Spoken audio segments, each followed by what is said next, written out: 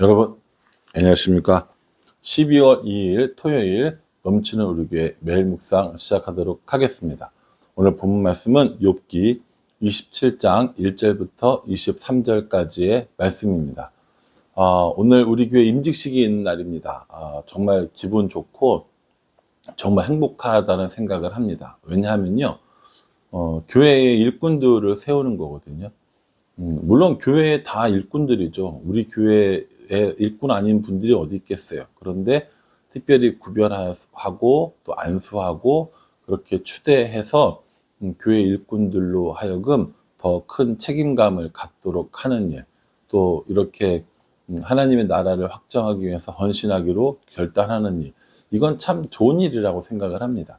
뭐 행정적으로 뭐 당회가 생기고 어떤 일들이 있어서라기보다 정말 임직받는 사람들이 있다는 것만으로도 너무 행복하고 좋은 것 같아요. 그래서 임직식을 뭐랄까요, 좀 다르게 한다고 하면 좀 이상할 것 같고, 임직식의 본연의 본질 이런 것들을 좀 생각하면서 해야겠다라고 생각을 하고 있습니다.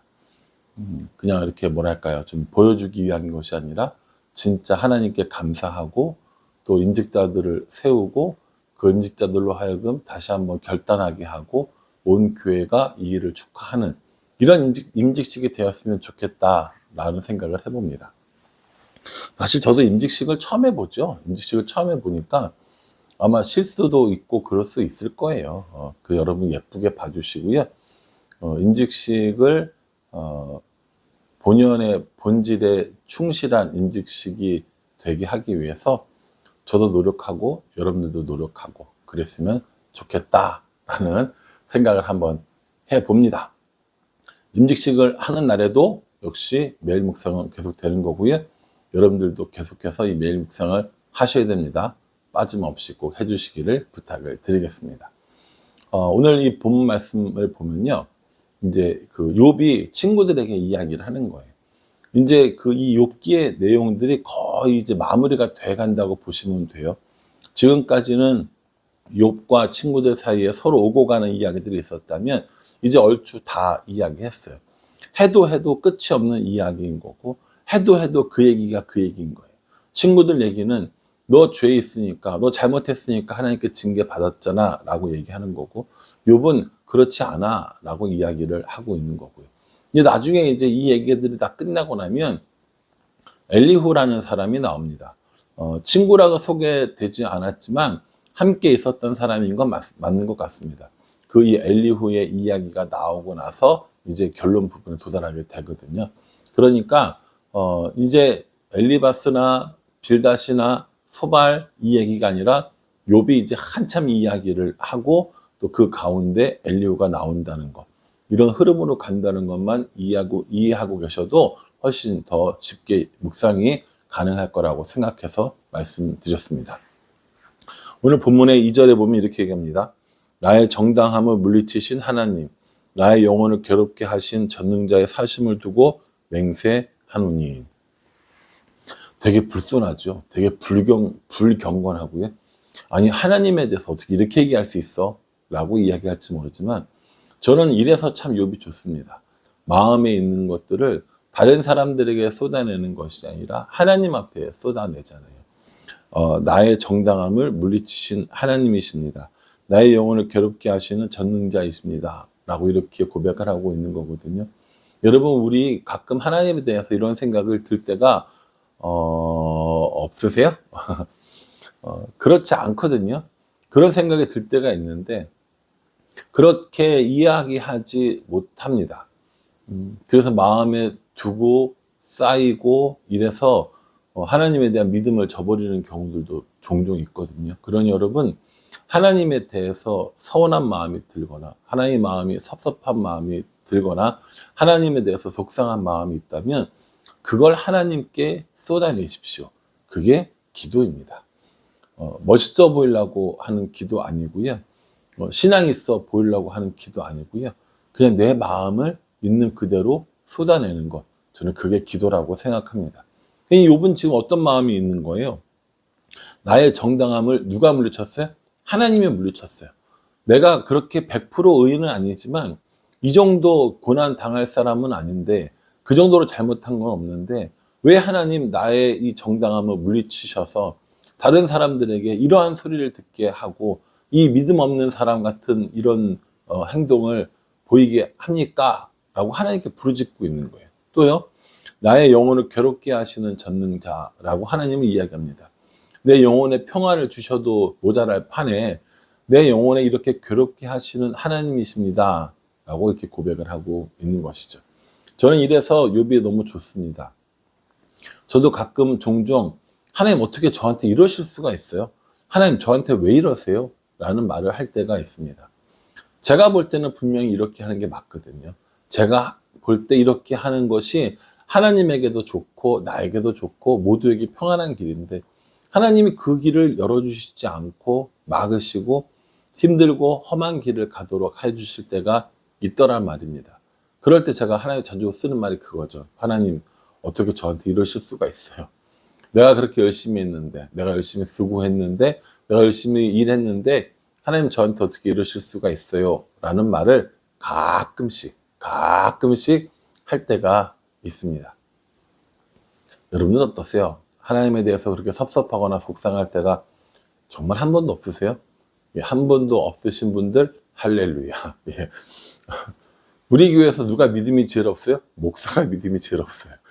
그래서 믿음 좋은 성도님들 따라가려고 애쓰는 목사가 제가 아닌가 싶은 생각이 듭니다. 저는 하나님에 대해서 끊임없이 이런 의문들이나 혹은 끊임없이 이런 속상함을 이야기하는 편입니다. 하나님 이러시면 안 돼요. 하나님 이렇게 하는 것이 정말 좋은 거잖아요. 라고 그렇게 이야기를 하는데 하나님은 그게 아니라고 그러시는 거예요. 다른 길을 열어주시고 생각지도 못한 길을 열어주시고 그러시는 하나님을 볼 때가 있습니다. 욥과 같이 이런 경우를 당한 적은 저는 솔직히 없습니다. 그러나 욥과 같은 마음이 100%는 아닐지라도 가끔 한 번씩 하나님께서 날 괴롭히시네 라는 생각이 들 때가 있는 것도 또한 사실입니다.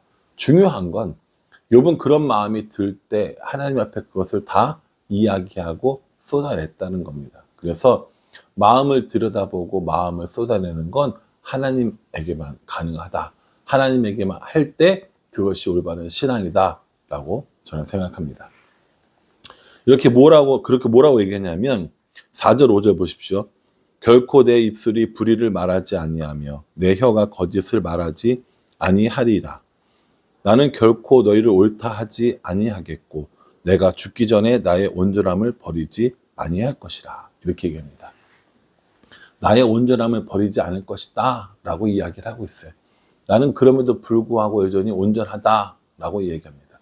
여기서 우리가 좀 생각해 봐야 될 건 욥의 온전함을 주장하는 이 말입니다. 욥이요 지금 자신은 죄가 하나도 없고 하나님이 나쁘다 이 얘기하는 거 아니라니까요. 자신이 당한 이 고난이 무엇 때문인지 모르겠고 자신이 하나님 앞에 이 정도로 벌을 받아야 할 만큼 잘못한 게 있느냐라는 이런 반문인 거죠.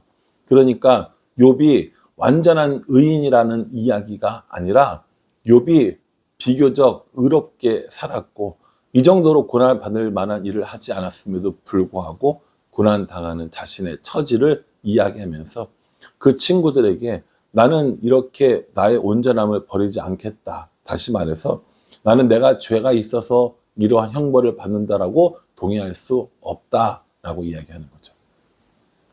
가끔 우리들도 내가 이 정도까지 벌을 받아야 돼? 이 정도까지 이렇게 해야 돼? 나는 이거 동의할 수 없어 라고 생각할 때가 있습니다. 그래서 그 마음 때문에 억울해하고 그 마음 때문에 힘들어 하는 거죠. 하나님에게 대해서나 사람에게 대해서나 저는 똑같다고 생각합니다. 왜 내 마음을 몰라줘? 왜 내가 한 노력의 수고를 몰라줘? 라고 하면서 그 속상함과 그 아픈 마음들을 이야기할 때가 있죠. 예, 충분히 그럴 수 있다고 생각합니다. 열심히 했으나 결과가 나오지 않을 때가 있습니다. 아이들이 열심히 공부했는데 결과가 나오지 않을 때가 있거든요. 그런데 부모님들은 뭐라고 그래요? 왜 공부를 열심히 안 했냐고 하는 거죠. 근데 열심히 공부했어요. 최선을 다했습니다. 문제의 경향을 파악하지 못했을 수도 있고 또 방법이 잘못됐을 수도 있고. 그러니까 이 아이들은 공부를 열심히 안 한 것이 아니라 방법을 몰랐거나 혹은 뭐 출제 경향을 몰랐거나 그럴 수는 있었다는 거죠. 그때 아이들 마음이 얼마나 섭섭했겠습니까? 나는 열심히 했는데 라고 하면서. 우리도 하나님 앞에 똑같이 이야기한다는 거예요. 하나님, 저 열심히 했습니다. 저 그렇게 죄 짓지 않았습니다. 라고 이야기하는데 하나님이 내게 보여주시는 것들로 하여금 혹은 사람들이 내게 보여주는 반응 때문에 섭섭하고 속상할 때가 있다라는 거죠. 오늘 욥이 그 얘기를 하고 있는 겁니다. 그러면서 친구들에 대해서 내가 나의 이 온전함을 굽히지 않겠노라 라고 이야기하는 거죠. 6절에요. 내가 내 공의를 굳게 붙잡고 놓지 아니하리니 내 마음이 나의 생애를 비웃지 아니하리라 라고 이렇게 얘기합니다. 저는 참 이 욥의 이 고백이 참 놀랍다고 생각합니다.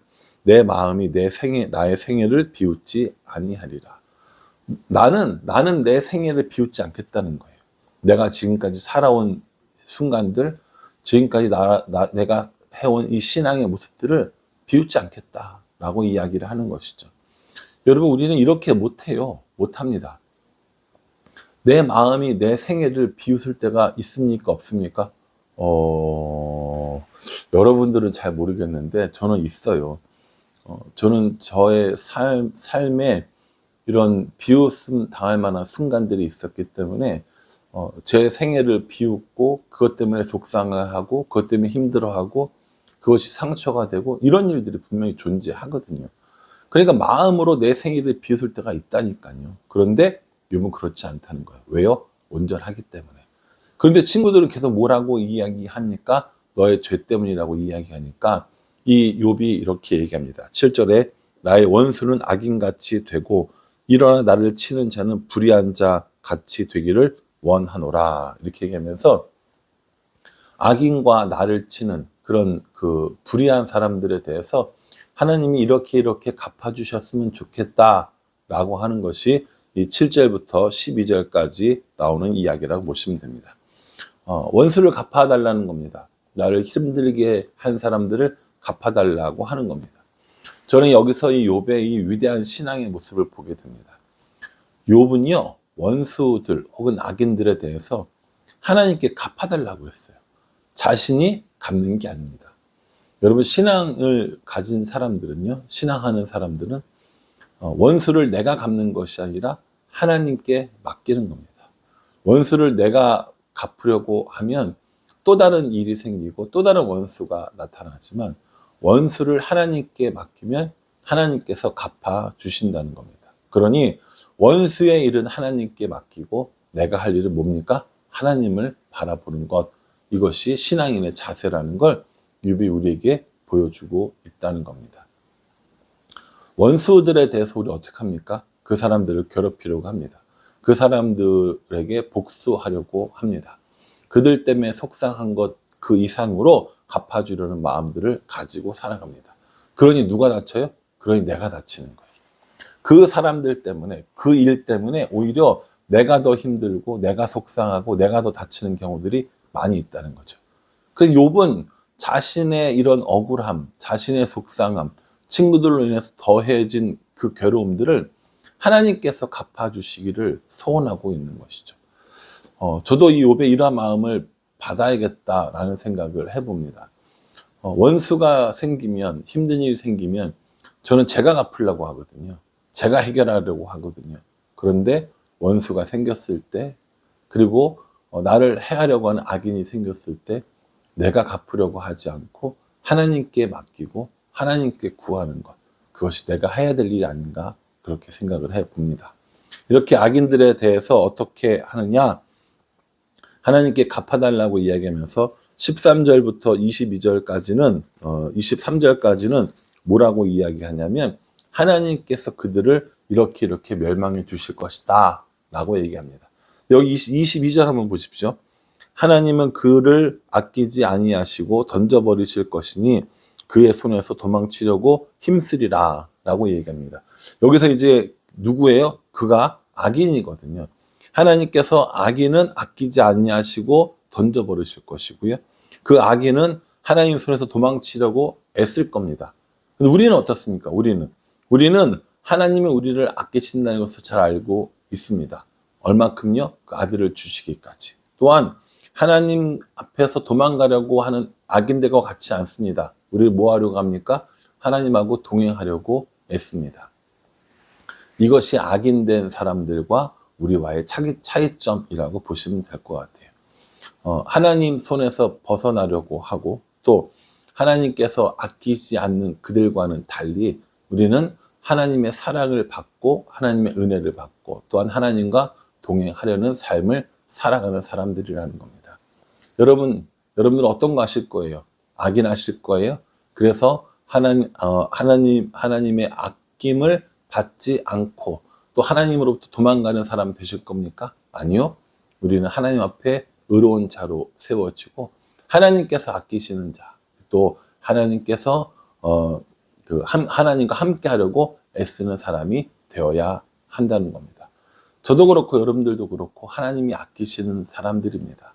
내내 하나님의 축복을 받는 사람들입니다. 그러니 혹여 악인들로 인하여서 힘들고 어려운 순간에 있다 할지라도 그 악인을 바라보는 것이 아니라 하나님을 바라보면서 나를 아끼시는 하나님, 또 하나님과 동행하기 원하는 우리, 이런 관계가 계속해서 잘 유지되었으면 좋겠다라는 생각을 해봅니다. 악인들을 바라보지 맙시다. 하나님을 바라보며 살아갑시다. 그것이 이 땅에서 악인들과 함께 살아가는 우리들의 자세가 아닐까라는 생각을 해봅니다. 바라기는 저도 그렇고요, 여러분들도 그렇고요, 악인이 아니라 하나님을 바라보는 그런 삶을 살아갈 수 있기를 주님의 이름으로 축복합니다. 기도하겠습니다. 하나님, 나의 정당함을 물리치셨다고 하고 나의 영혼을 괴롭게 하는 하나님이라고 하였지만 욥에 그렇게 마음을 쏟아냄이 참 멋있게 보이는 오늘 본문 말씀입니다. 그러니 하나님, 저도 제 마음을 다른 사람에게가 아니라 하나님께 보이고 하나님께 쏟아내는 그런 사람 되게 하여 주시옵소서. 원수를 갚으려고 눈을 시뻘겋게 뜨고 돌아다녔는데 이제 그러지 않고 원수는 하나님께 맡기고 나는 하나님만 바라보는 그러한 삶을 살아갈 수 있도록 우리 인도하여 주시옵소서. 하나님, 오늘 우리 교회 임직식이 있습니다. 임직식 가운데 함께 해주셔서 임직의 본질을 따라가는 그런 기분 좋은 임직식 될 수 있도록 은혜 베풀어 주시옵소서. 예수님의 이름으로 기도합니다. 아멘. 예, 여러분 오늘 이 말씀 가운데 하나님을 깊이 만나고요, 또 하나님과 동행하는 우리가 될 수 있기를 간절한 마음으로 기도하겠습니다. 감사합니다.